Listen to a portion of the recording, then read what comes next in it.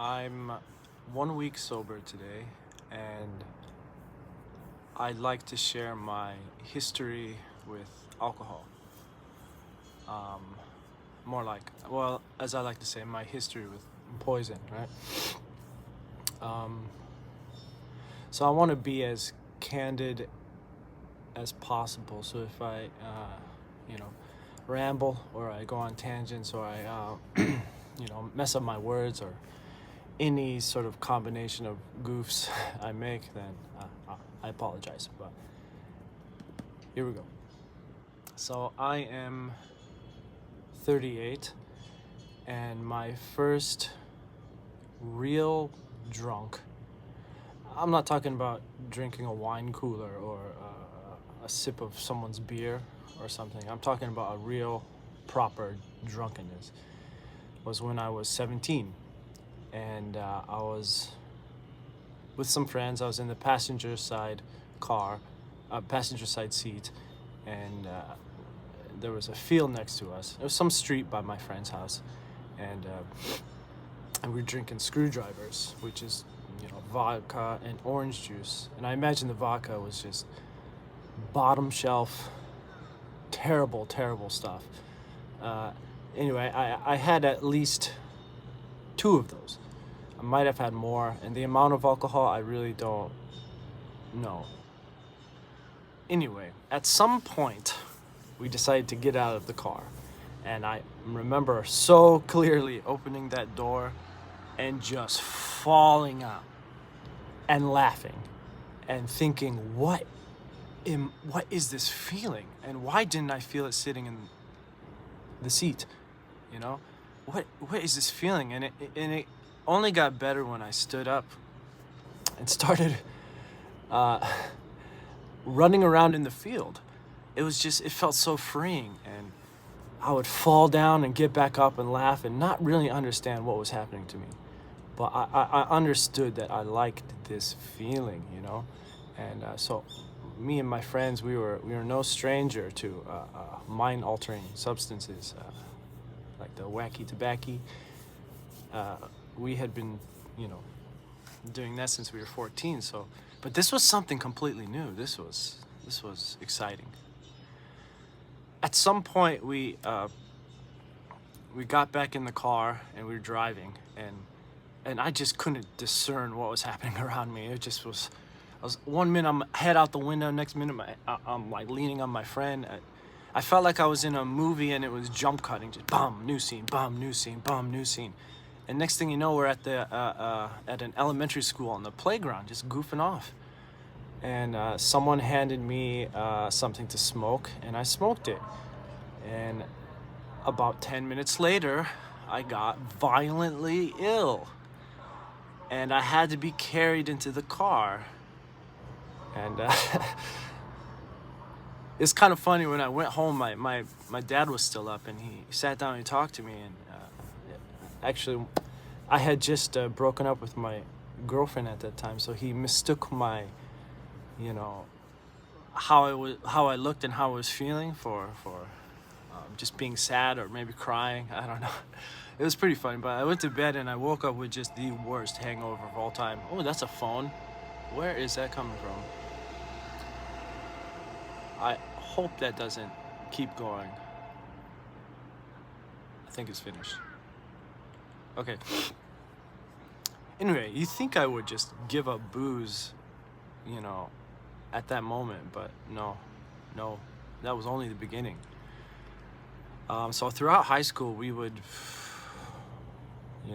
just drink whenever we could get our hands on it. We had some people who knew how to get it, but it wasn't always a certainty. But at some point, I did end up with several, 2-liter bottles of just hard liquor under my bed, and we would all come to my place in the basement and just take shots, throw it back under the bed, and goof off, listen to music, and play games or whatever. It was a lot of fun. It was a lot of fun. I want to quickly apologize for all the crazy ambient noises, the trains or the phone calls or construction or what have you. This is probably not the best place to record it, but I wanted to get out of the house, so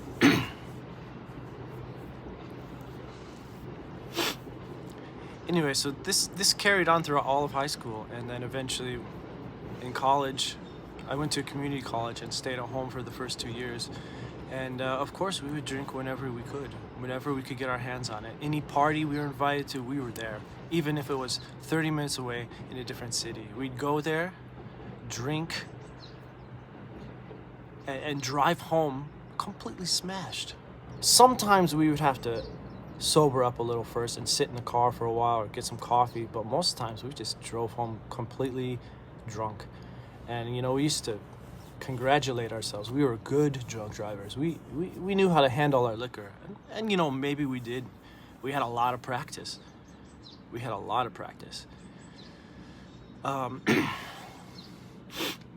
Little did I know, at this point I was developing and changing my brain.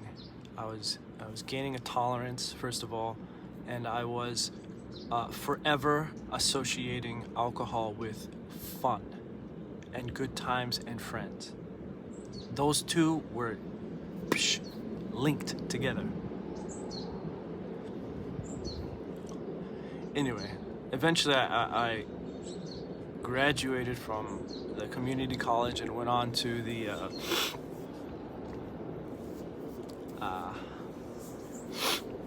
university, and it was a lot easier to get alcohol there. A lot of bars, they let you go in when you're 19, and they had this thing where, like, if you turn 21, you could get 21 pitchers. And let me tell you, when every single person in our friend group turned 21, that's where we went.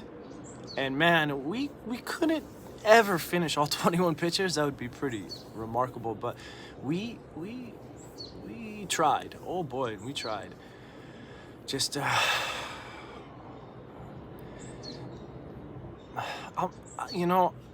they were fun nights. The camaraderie, the stories, the passion we exuded. But was it us? Was it really us doing that? Maybe partially. We were all young and idealistic and perhaps a little romantic. Sorry about that. My camera or my storage is full up. I guess that's what I get for filming it in 4K. But anyway, was it fun? Or was it us? I think partially. So when I turned 21, that's when a fun hobby became an everyday endeavor, and it was every day. Even if it was just a beer or 2 beers, I was drinking every day. The weekends, wow, or maybe some nights I drank a lot more.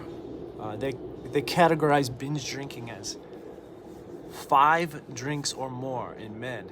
5 drinks? That's a paltry amount. 5 beers? Are you kidding me? That barely wets my whistle at that point. I suppose even now. But anyway, let's keep going because there's some more history. I'm only 21 here, and it's been only 4 years, and we have so many more to go. So maybe I should start skipping a little bit. After college, I'm still drinking every day. I move in with my girlfriend. I'm drinking more than ever. Just lots of liquor, shots after shots after shots, and beers to sort of like keep it going. I didn't have a job either. All I'm doing is drinking, waking up and playing at being an artist, a writer, a filmmaker, or whatever I wanted to be at that time. And and then something happened. I won't get too into the personal details, but I ended up moving out and moving back with my parents. I'm 24 at this time, and the drinking carried on. I never considered the drinking as a problem. It was just what I did. I was a drinker. Like I mentioned before, it was like a romantic idea. Like I was this profound artist who explored the depths of my own soul through drinking or something. I hadn't quite yet started to write poetry, but that does come later. I didn't know who I was, but I thought I knew who I was, I was a pretty competent musician at this time, though. Guitar player, prolific. I wrote songs all the time. Um, and so, in my mind, I was somewhat successful in terms of that artistry. So I didn't really question the booze so much, you know. Moving on, moved back to the college town where I where I went to school. It's kind of redundant, isn't it? But and got a job there, real crappy job as a cashier, and eventually became like a manager of a Walgreens type establishment, you know, photo center, post office, all that jazz. And you know, they had a great alcohol selection there. That was one of their main draws, is that they had like lots and lots of alcohol, lots of different beers. And not just the cheap ones like Bud Light or Budweiser. They had good stuff. They had Spaten. They had foreign European beers. They had you know, I can't even think of it now because I'm so far removed from that time. I don't even know. Outside of Japanese beers, I'm not really sure what exists out there. But a lot of craft stuff, a lot of good stuff that was expensive. And we drank it all. And I'd get this nice whiskey that cost $50 for just like I don't even know how much it is. Not that much. And I would drink it and like, you know, reel in disgust. But I was like, oh, but it has an oaky aftertaste. You know, I was refined or whatever, but I never drank because of the taste. I drank because of the effect. I like feeling that effect. It was fun. It was still fun at this time. This went on for a couple of years until eventually I got an invitation to move to Japan. And which I did. I took that offer up in a heartbeat. And now I'm in Japan. It's 2012. And I'm 25, 26. And wow, Japanese drinking culture is awesome. You know what? You can drink on the streets. Did you know that? That is amazing. Crack open a beer and walk down the street and drink it. And nobody says anything. You walk past the police officer and they'll say, "Good day to you, sir. How you doing?" "Here's to you, officer." So of course my drinking went crazy. I ran amok with the bottle in my hand, and with friends with like-minded interests, and it was Japan, so it was like such a new experience. Going to izakayas, this thing called a nomi hodai, which is all you can drink for 2 hours for $30. What? Are you kidding me? This is where I was meant to be. And I didn't think anything of it because I was still doing very well at my job, which was incredibly stressful. I was a fourth grade homeroom teacher, and small class, but still, you had lessons plans daily for every subject. You had homework, making tests, just making sure you're teaching these kids in a proper way and not letting them, you know, not ruining their education or you know, the responsibility of a teacher is enormous. It's enormous, and respect to all teachers out there. Tough job, man. And how they're not all alcoholics is I don't know. Anyway, this is getting kind of long, so I'm gonna start to get to the sobriety attempts. So far, I have not attempted to get sober at all. I didn't even think of it. I don't even know what happened. Just I think I woke up and like my side hurt, or I was fat. And I didn't get fat until I started turning 30. After all the alcohol I drank and literally my exercise was non-existent at this point. I just had the metabolism of whatever has good metabolism. I can't even think of that right now. So I think I was 30 when I first decided I wanted to quit. And I made it 30 days. And at this point I had a routine of drinking. It was to drink a half pint of whiskey, the whole thing, shots, maybe 5 or 6 shots, and then 2 tall boy beers. And this would be my nightly routine for a decade.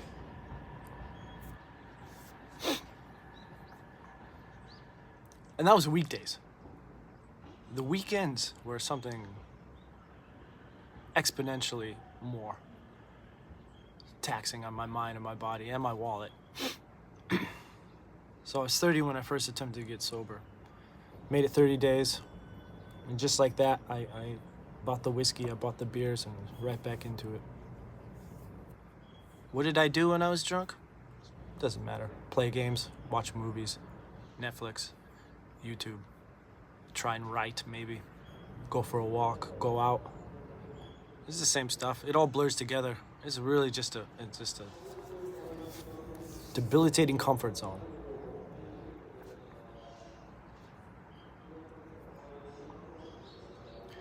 My next attempt to get sober was, I think, 2017. In April. And I was gonna do it this time. I was gonna do it. And I got 3 months. An old friend came back to Japan to visit. And I just couldn't find an excuse not to drink. I just couldn't. The pros of drinking with an old friend. All of us were gonna be there, celebrating. And I was gonna be the only one not drinking? Are you kidding me? What a loser. Nah, I drank, and I drank a lot. The hangover the next day, whew, baby. I think I took, I don't know how much ibuprofen I took, but it didn't get rid of my headache. It didn't matter. The day after, right back to drinking whiskey again. Sorry for the train. Right back to drinking whiskey again, and beers. But that's okay. I knew I would quit again. I had 90 days. I could do it again. 2018 came. This time I was gonna get sober for real. And I went a long time. I went April, May, June, July, August, September, October. 7 months about. And then again, just for frivolous reasons, I decided to have a beer. And that stupid little word pops up, moderation. You can't moderate. That is a lie. That is the biggest lie that anybody will ever tell you. Anyway, next. Same routine, right back to the whiskey. Right back to the whiskey. And the beers. It's just like I'm repeating history. You know, I'm not learning anything from this. But this time my drinking session was a lot shorter. Again in April I quit. And this time it's for real. And you know what? Please be quiet. Jeez. I'm trying to talk here. I was sober for 2.5 years. 2.5 years. I went to the point where I was no longer thinking about alcohol at all. Where I didn't want anything to do with it. Where I realized what it really was, the true nature of the beast. Is just a poison. And it pollutes your mind, your body, everything. Relationships, your bank account, everything. Your hopes and dreams, they can never be accomplished when you're constantly imbibing. You just can't. You just can't. You know what? I guess 2.5 years of sobriety was just not good enough for that little monster that lives in my brain, because I decided to start drinking again. I thought, yes, you guessed it, moderation. I'll moderate, only on weekends. And I did that for a while, until eventually I was like, you know what? A couple beers on Monday won't hurt. And then maybe I'll have some on Thursday. And then, well, before you know it, I'm drinking almost every day again. And that leads me until now. So from that space, after the... Hello? That is definitely the train station. Next video, I'll not do this by the train station. So that leads me until now. From when I broke my 2.5 years sobriety until now, I have had moments of sobriety. I've had maybe 4 days here, 10 days here, a month here, another 5 days here, 10 days here, but it never lasts for long. So I needed to do something to change that. So that's why I decided to start making these videos, to hold myself accountable. It's almost selfishly doing it. But you know, after all the support I've gotten with just this 1 week, it's amazing how many people, you know, really care about someone they don't know. So I'm going to continue to keep doing this. I'm going to stay sober, and because this is what I truly want, and I know that. Alcohol is a poison. It's a diabolical thing. It starts out harmless enough, but eventually it will ruin you. And it does not discriminate. It doesn't matter if you're, what race you are, what gender you are, what your sexual orientation is, your politics, your anything. It doesn't matter. It does not discriminate, and it will get you in the end. So for anyone out there who's struggling, my heart goes out to you. I know full well what it's like, and you are the only one that can stop yourself from drinking. Only you. You are the one that puts the bottle to your mouth, and you are the one that can put the bottle down. Okay? Anyway, thank you for listening. I know this was a long video, but thank you for listening.